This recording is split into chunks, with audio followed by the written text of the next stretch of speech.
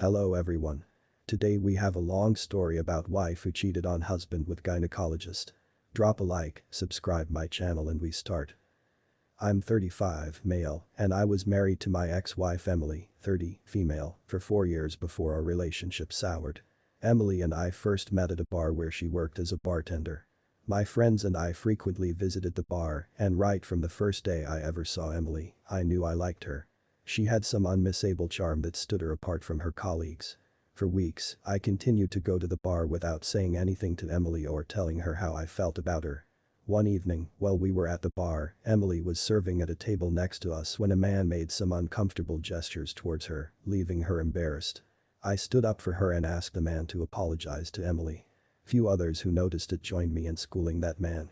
Soon, the security officials of the bar intervened and dragged that man out of the bar.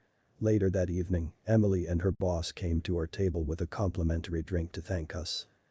I continued to visit that bar and we soon became friends. From being bar friends, I asked her out on a date and she agreed. Emily and I ended up dating for 1 year before we married. A few months before our marriage, I got Emily a better job. This way, she would no longer have to go to the bar. I did this because even while we dated, I still went to the bar with her and I hated seeing how she was treated by other men there. I wasn't comfortable with the men glaring at her and checking her out, so with some friends' help, I got her a job as a waitress in a fancy restaurant. Emily could not get a good paying job because of her educational qualifications.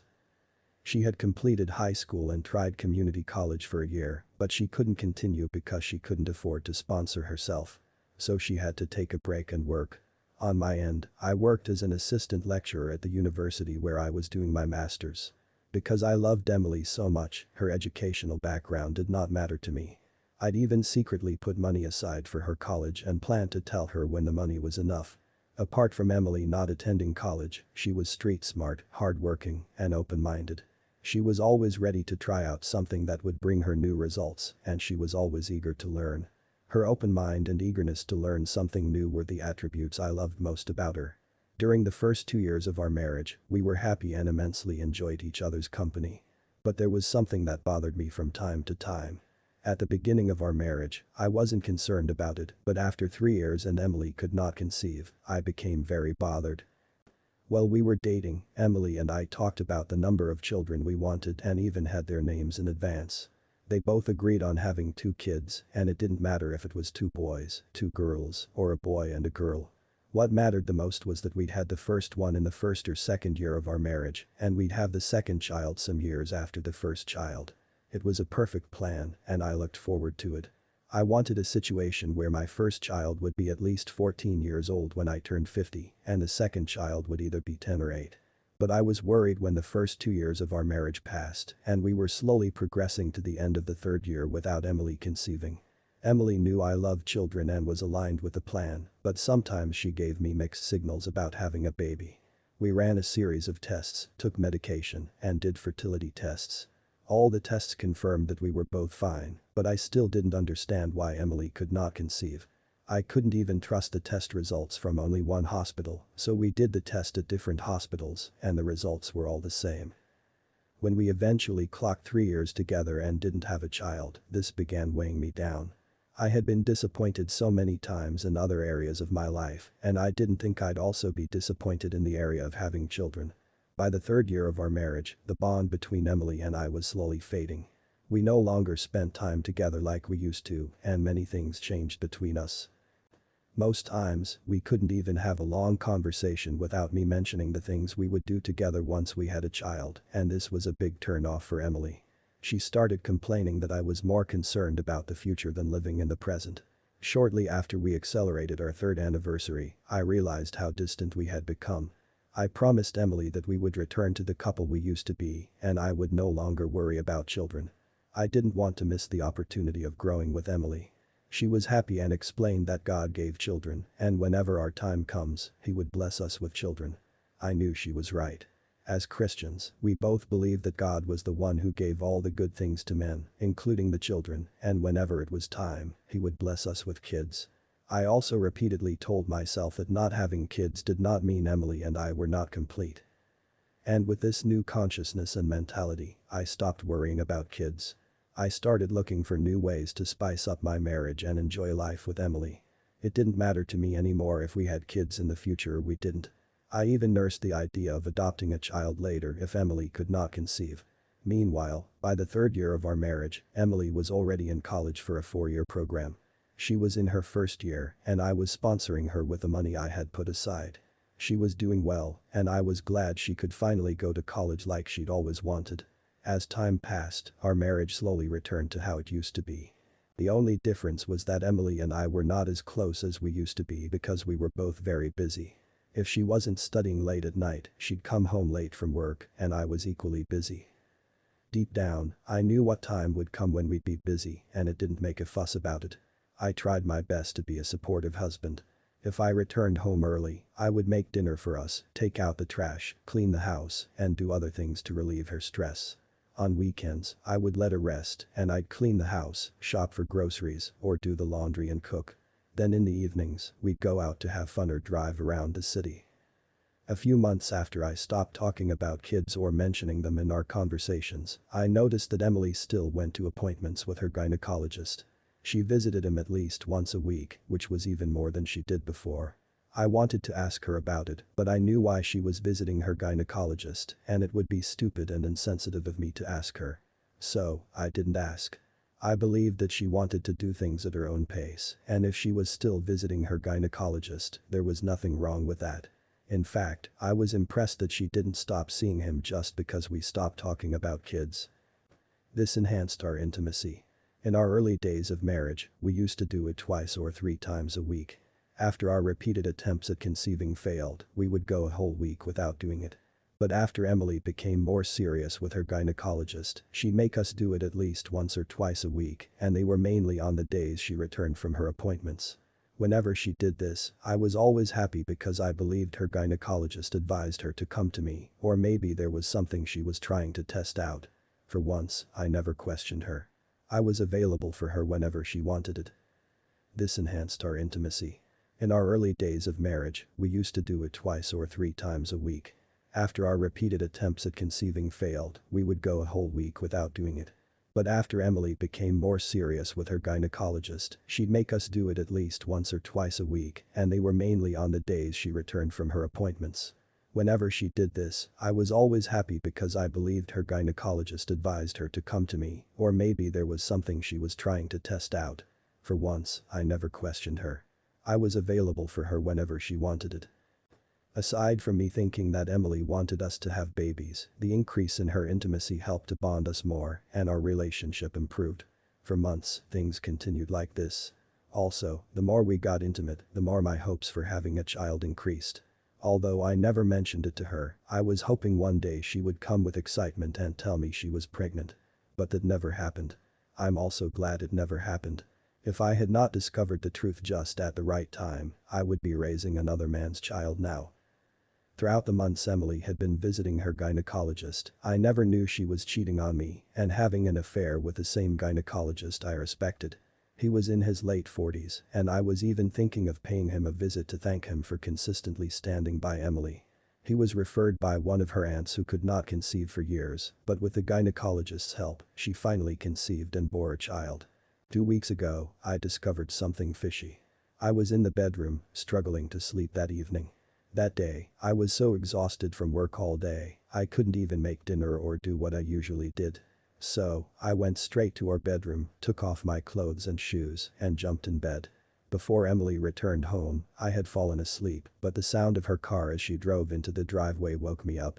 I was utterly awake because I'm a very light sleeper, but my eyes were still shut. When Emily entered the room, I'm guessing she thought I was asleep, so she continued muttering on her call, and while hanging up, she said, "I love you, see you tomorrow after work." I froze in bed and wondered who she was talking to. I knew it wasn't any of her siblings or parents because Emily did not express her emotions like that. I remained in bed while she went to make some dinner, and approximately 35 minutes later, I came out of the room and pretended as if I had just woken up. I knew Emily was smart, so I had to stay that long in the room so she wouldn't think or suspect I heard her conversation. I intended to wait for her to fall asleep and then access her phone to see who she was talking to. Honestly, I didn't care if she was talking to her best friend or another female. I wanted to be sure she was not cheating on me or doing anything behind my back. Later that night, after Emily slept and snored, I accessed her phone. The last number she called was her gynecologist. I did not want to believe it when I saw it, so I went through her text messages and WhatsApp chat. She was not a social media person, and aside from LinkedIn, where she was building a professional brand, the only social media app she had was WhatsApp. As I went through her WhatsApp, I noticed she chatted more with her gynecologist than she chatted with me. In fact, we barely chatted at all. Our WhatsApp conversation was filled with different grocery lists. We used it to list the items we needed at home, so either of us could stop and shop for them on our way back home from work. As I scrolled through her chat with her gynecologist, my heart sank. They had been seeing each other for months. They exchanged intimate messages, pictures, and even planned their next dates. I was devastated. I couldn't believe that Emily, the woman I loved and trusted, was cheating on me with her gynecologist.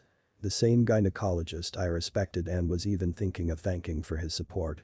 The chat history revealed that they had been seeing each other even before I stopped talking about having kids. It was clear that their relationship was not just professional but deeply personal. I felt betrayed. Every time she came back from her appointments and was intimate with me, it was not because she wanted to try for a baby, but because she had just been with another man. The realization hit me hard. All the times I thought she was trying to conceive, she was actually with him. I felt like a fool. I had been played, and everything we had worked for was a lie. She wasn't even afraid I could stop her college sponsorship because of her infidelity. When I was done crying and washing my swollen red eyes, I took screenshots of the conversation from when they started dating and sent them to my phone. Then I cleared every trace that I touched her phone. I spent the rest of the night reading countless stories from the Reddit community who had encountered similar situations.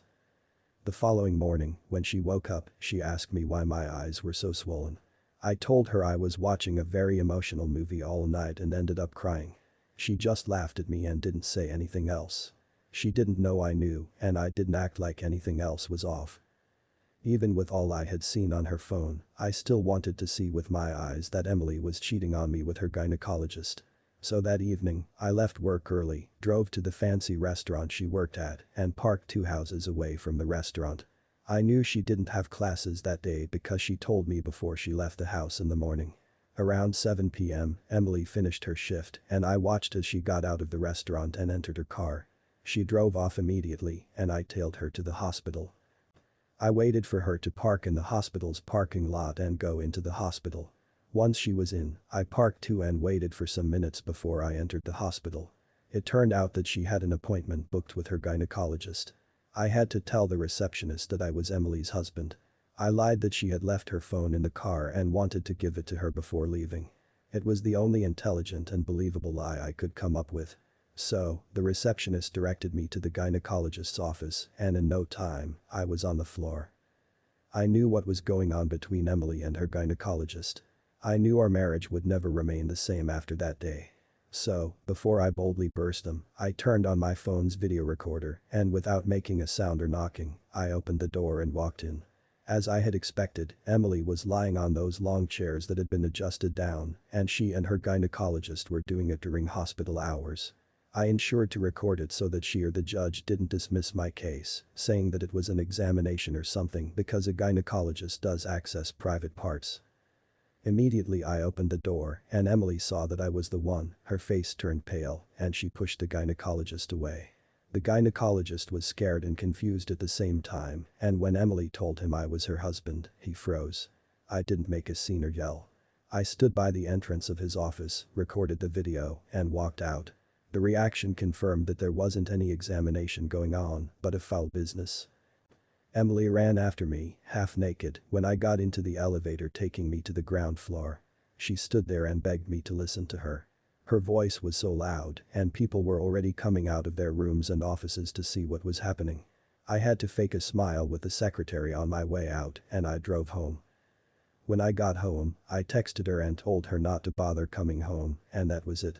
I changed the locks of my house. For 2 weeks, Emily has not come home, but she has been blowing up my phone with calls and messages. I did that because I wanted to clear my head. Apart from posting this here, I haven't told anyone about her cheating yet, and it's eating me up from the inside. I have decided that I do not want our marriage again, but before we divorce, I want to punish her and let her feel the pain she put me through. I'm so confused right now, and I don't know what to do. Any suggestions would be appreciated. Thank you. Update 1. Hello everyone, thank you for your comments and for your suggestions. I'm still shocked that Emily could do this to me after everything I did for her. Emily was always my priority, and I put her needs before mine. I should have taken so many expensive courses to help improve myself, but I didn't take them because I wanted Emily to attend college. I pushed all my savings to sponsor her. I'm still deeply hurt, and I don't think I'll ever get over the pain she has caused me. So, someone here commented that I play with her a bit and make her publicly humiliate herself before I serve her the divorce papers. I think it's the best thing to do, and I have also decided to withdraw all my support from her education. If she wants, she can continue college with her peanut earnings. It's not my business anymore. 3 days ago, I took Emily's call after weeks of not talking to her. When I did, she started crying on the phone and pleaded with me to at least let her come home so that we could talk. I knew she would ask for this, so I told her to come over. She came over 15 minutes after we ended the call, and I let her in. I didn't want it to look like I was pretending, so I expressed my feelings and disappointment calmly, and she went to her knees and apologized to me. She said that she didn't know what came over her and that it would never happen again. She even promised to stop seeing any gynecologist alone if I gave her a second chance. She said that the gynecologist had manipulated her into all these things by saying that I was impotent and she had to take his help to get pregnant. I questioned her why she didn't discuss this with me when the gynecologist first planted this idea into her mind. She said the doctor had told her not to tell me because it would hurt my male ego. A part of me wanted to believe her, but I also knew that she was not that naive to fall for such a trap. I'll admit that I cried again that day. Seeing her brought back the pain I had that day when I caught her in the act.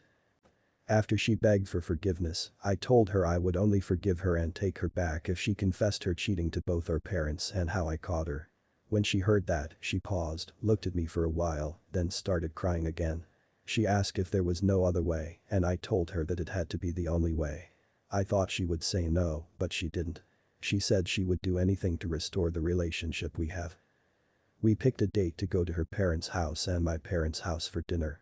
After that, we'll gather all her important friends and she will tell them herself how much of a horrible wife she has been. This is the best way to punish her for what she did to me. I'll make another update soon, and I cannot wait to see the expression on her face when I serve her the divorce papers. I have already contacted a lawyer and he is currently processing them. Update 2. Hello everyone, so I'd love to announce that Emily did everything we agreed on. But before I tell you how it happened, Emily and I are officially divorced. Yep, I followed the plan and she got what she deserved.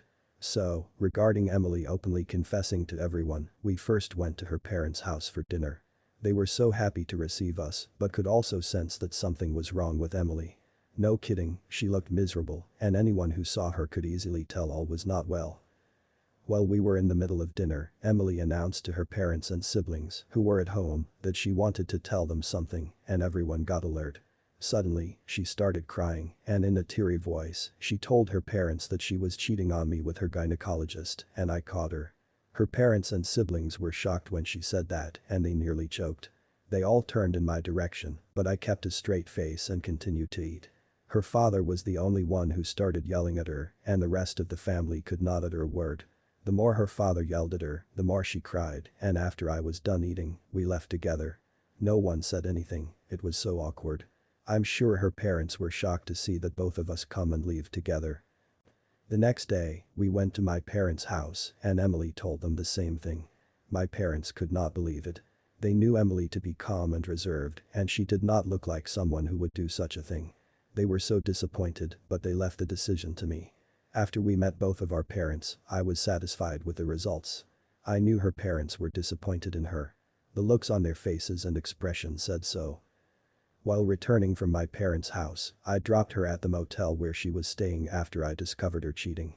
She expected me to take her home as she had done whatever she was told. I asked her to come home the next morning. When she came to the house the next day, she saw her stuff neatly packed on the front porch. She was shocked because she expected us to restart our life. Poor thing. When she came in, I handed her the divorce papers. She started crying. I told her it was over between us and that I only wanted to teach her a lesson. At that moment, she flipped and started yelling at me for ruining her life. She even said she was doing me a favor by sleeping with her gynecologist because she knew I was impotent and could not make babies. The joke was on her because I was not impotent. Despite her, I asked her why she had not conceived yet since she was so fertile, and that got to her. She was so pissed and she started throwing things at me. I angrily kicked her out of my house and we officially divorced a week later. As for the gynecologist that slept with Emily, I sent the screenshots and video I recorded to the hospital authority. I even posted this on social media, mentioning the doctor and the hospital's name. It didn't go well for the hospital administration. He was suspended for doing a patient during hospital hours. Emily could not even return to him because his marriage and career were ruined because of her. I now feel fulfilled and I can't thank you all enough for your suggestions. Thank you once again.